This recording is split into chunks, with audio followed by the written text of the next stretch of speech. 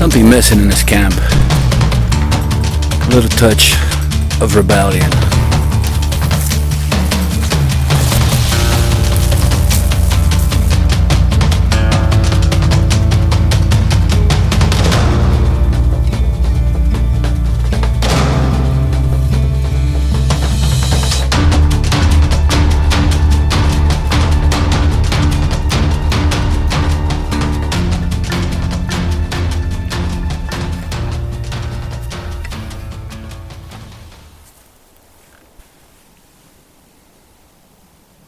I found something interesting to paint.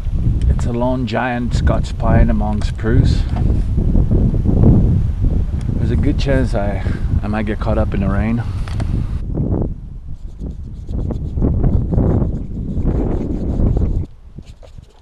Okay, so I just got rid of this white.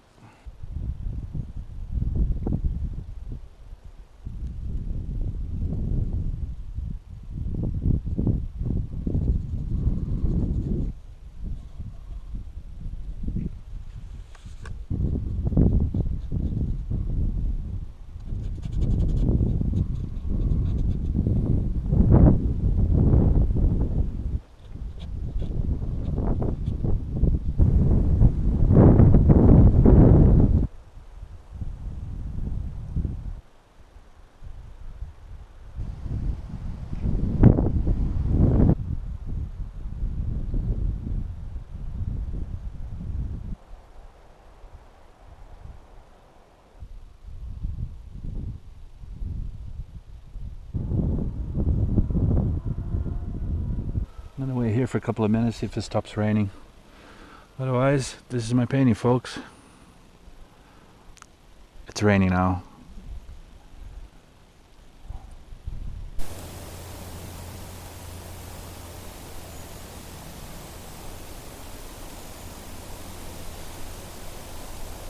So the camp is pretty much set up. I might put another tarp right here on this washing line. And I still have to build a latrine. I would like to make a table for the outside over there by the hammock area, so I can ride and eat outside if I want to. And somewhere over here I'm gonna build a, like a bush kitchen. So when it's nice and sunny and I feel like cooking outside, I'm gonna do that. Another project that I might do, and it might be a little crazy, and I have to figure out how I'm gonna do it, but I would like to build not a tree house, but some sort of lookout post where I could go, with my paint box and just have a high view, so I can paint above the tree line. I think that would be cool. But for now, I have no idea how to do it. The latrine area will be about 50 meters that way, and that will pretty much keep me a little bit more than 100 meters away from the water source, the creek. The water source is straight ahead here and downhill, about 50 meters downhill. So it's about 5 degrees Celsius right now, outside and inside the tipi. And it's time to get back into the summer temperatures in here.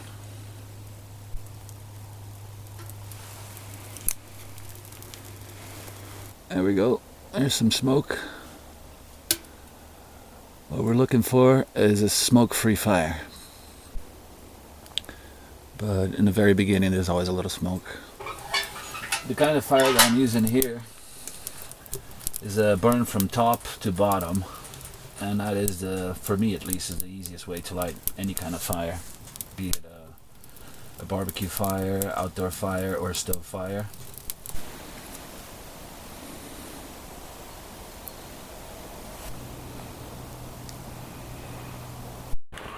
Morning, folks. A bit chilly last night.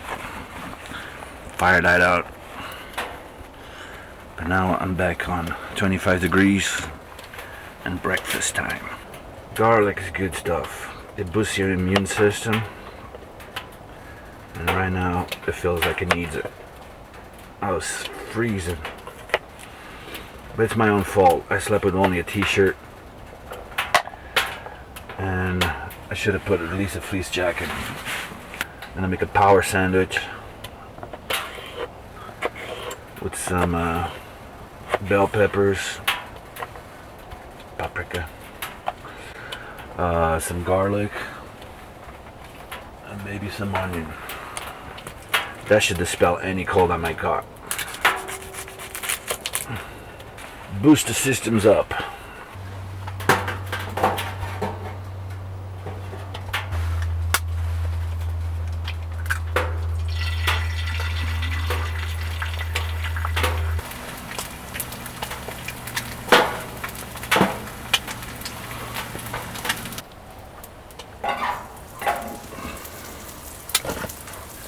I don't want to over fry these too much so I don't lose all the power. Just to get some of the harshness out and sweeten it a little. Breakfast of kings that have frozen overnight. A piece of lettuce would be nice. I should have made 1 egg, 2 eggs too much. But I guess I became greedy with a cold. And voila, we're done. Squeeze. And there's my breakfast.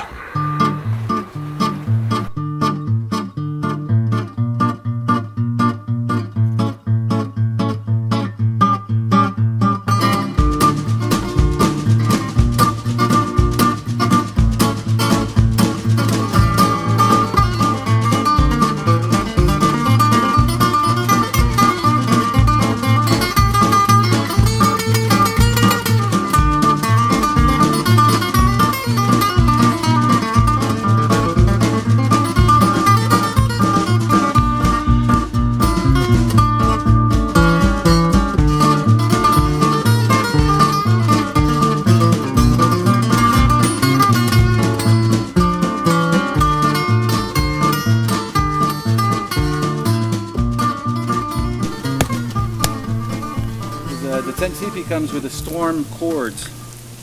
This helps prevent the tipi from toppling over in a strong winds, and if there's heavy snowfall on top of it. Even though if there's snow that falls on top, you should clear it, otherwise it's going to be too much of a heavy load and the middle pole could snap.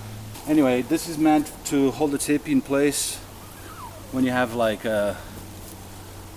really strong winds, and it can handle a lot. And you have one just about midpoint right here, and you can tighten or loosen it, and you can put it away very easily with these loops, and you know, keep it out of the way just like this one. And then you have a lower one also, you can put about midway, and when the snow comes down, for example, and it starts getting heavy here, this will help keep the tipi nice and taut.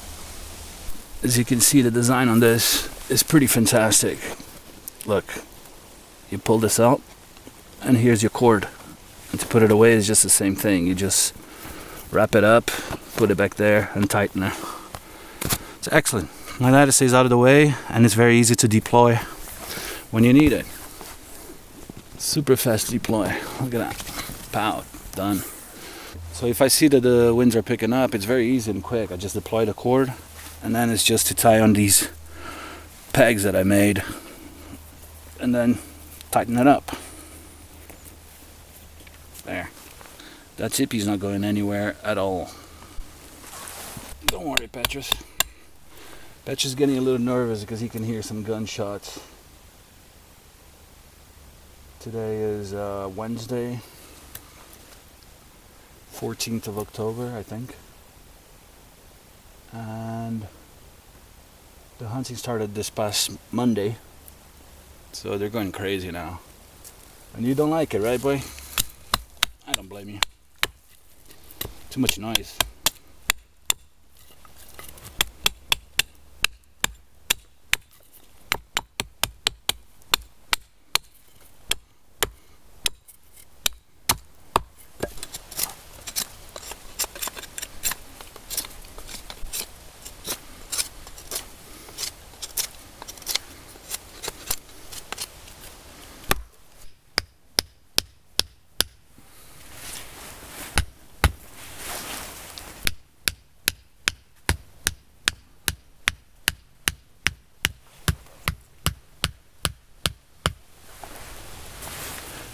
shall be pretty safe. I'm cleaning my stove now. I do it every, well, it depends how much wood I burn, but usually every 3 days. The pipes, chimney, usually starts getting a little bit of creosote buildup.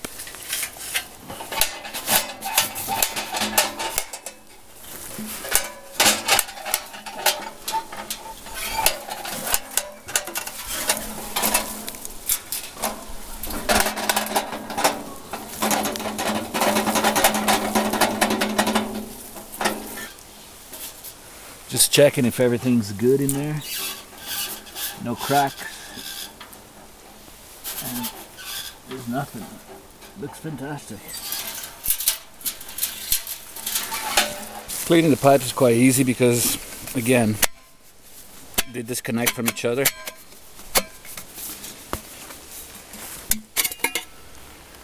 So,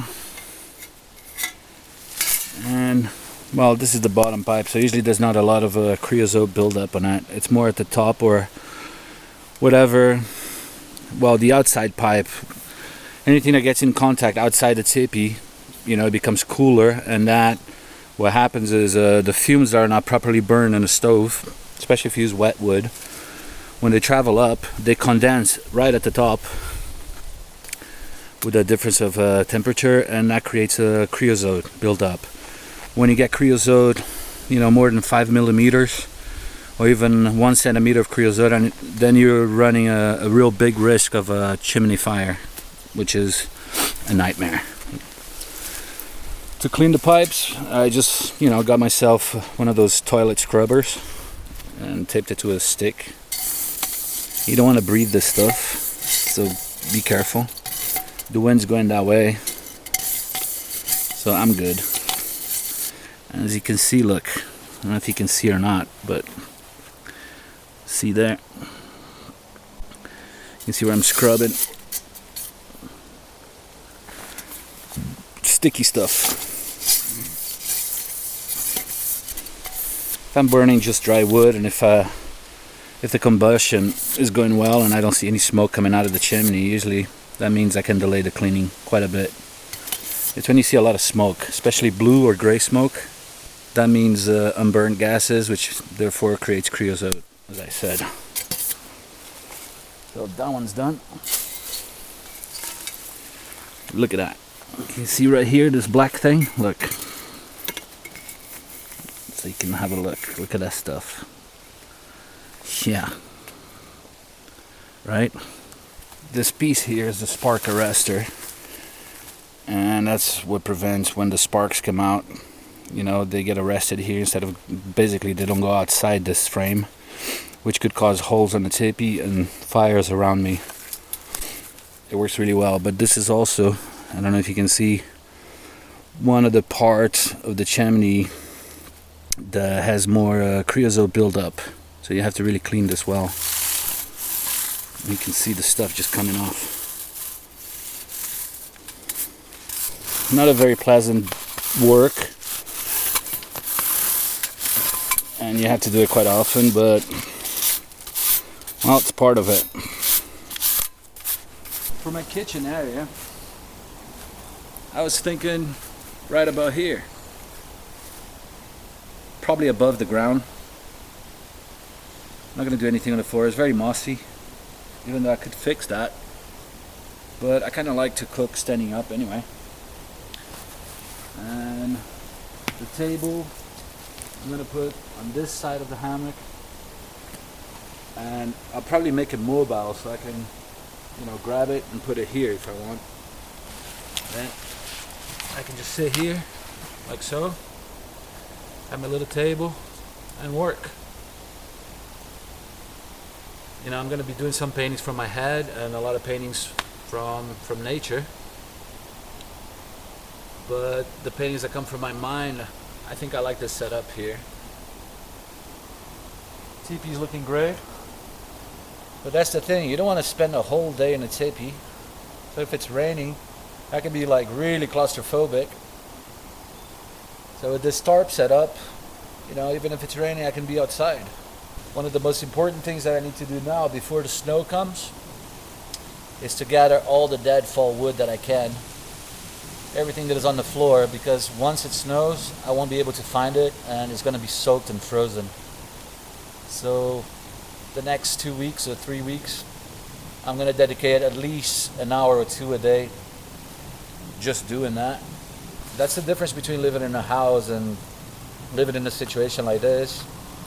When you need electricity in a house, it's just at the flick of a button and you got your electricity and your heating. You know, here you're gonna have to like gather wood and chop wood, make a fire, and all of these tasks take time. And by the time you look at the clock, the day is over, you know, just like today. Might as well enjoy the sun while it lasts. Cold, the dark is coming. And I welcome it. I enjoy it. There's something nice in all seasons.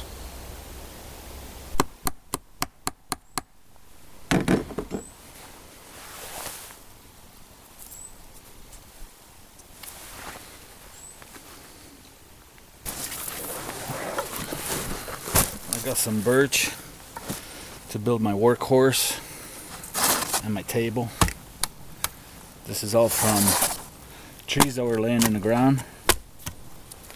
As you can see, this is not a fresh cut. Pieces I found.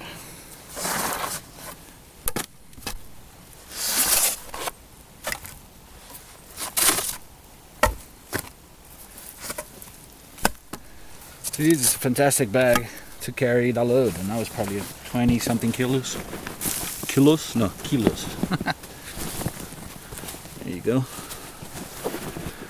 And with this foam mat, there's no pain in your back. With the foam mat, no pain in the back. If you want to be warm, you gotta wear wool. It's not going to be much help in the winter, but we're still in the fall. And until then, this is pretty good. One of these days I'm going to show you my whole wardrobe, what I brought and what I didn't. All my clothes are on that trunk over there. I don't know if you can see it.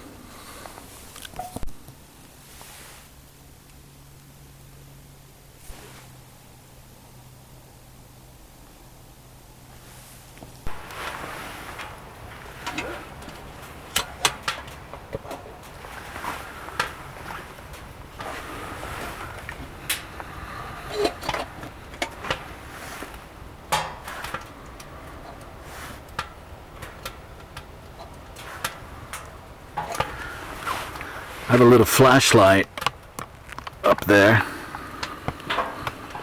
and it's just until I get all the cozy lights on, and then I turn it off.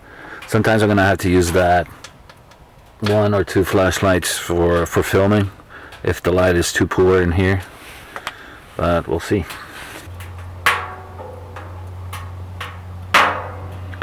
The stove is singing the crackling song.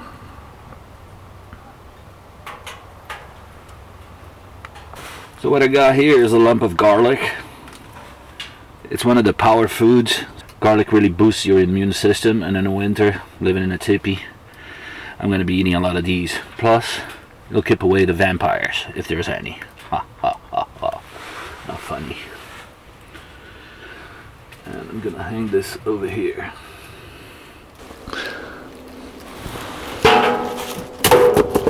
Oops. So I guess if there's a storm and this thing starts moving around, I'll be alerted by all this garlic falling on the floor. Yeah, looks good. Gotta decorate the tipi, right? Time to close the door.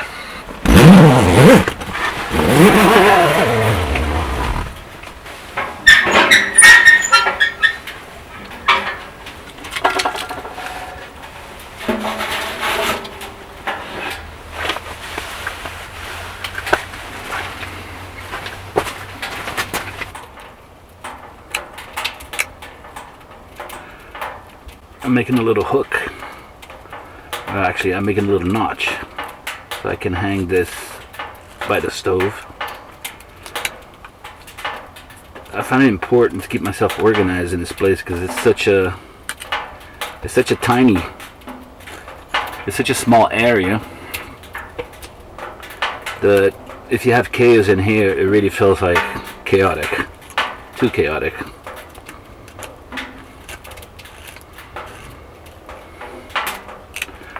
I think I'll do.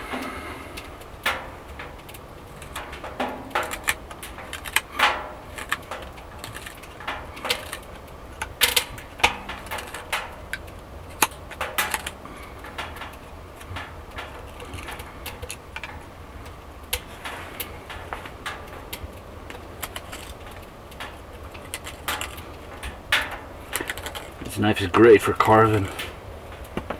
Look at that. Perfect little hook. I can hang this right here and I won't lose it. Okay, so now we have 15 Celsius, about 60 Fahrenheit.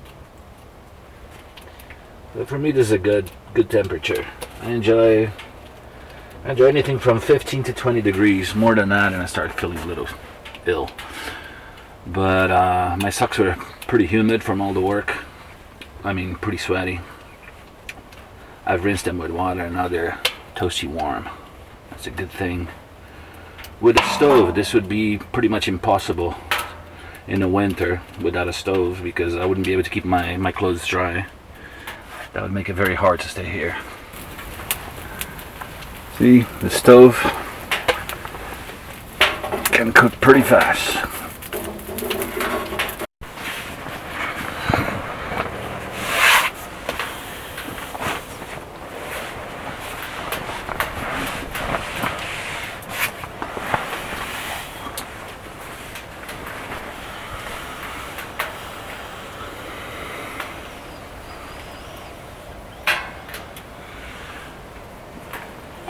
Okay guys,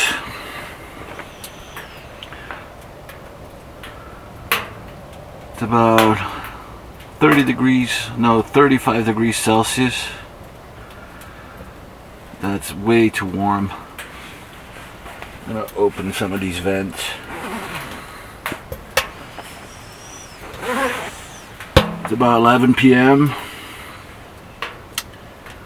A great day today. Got a lot done. Now it's time to say good night. Good night, folks. See you later.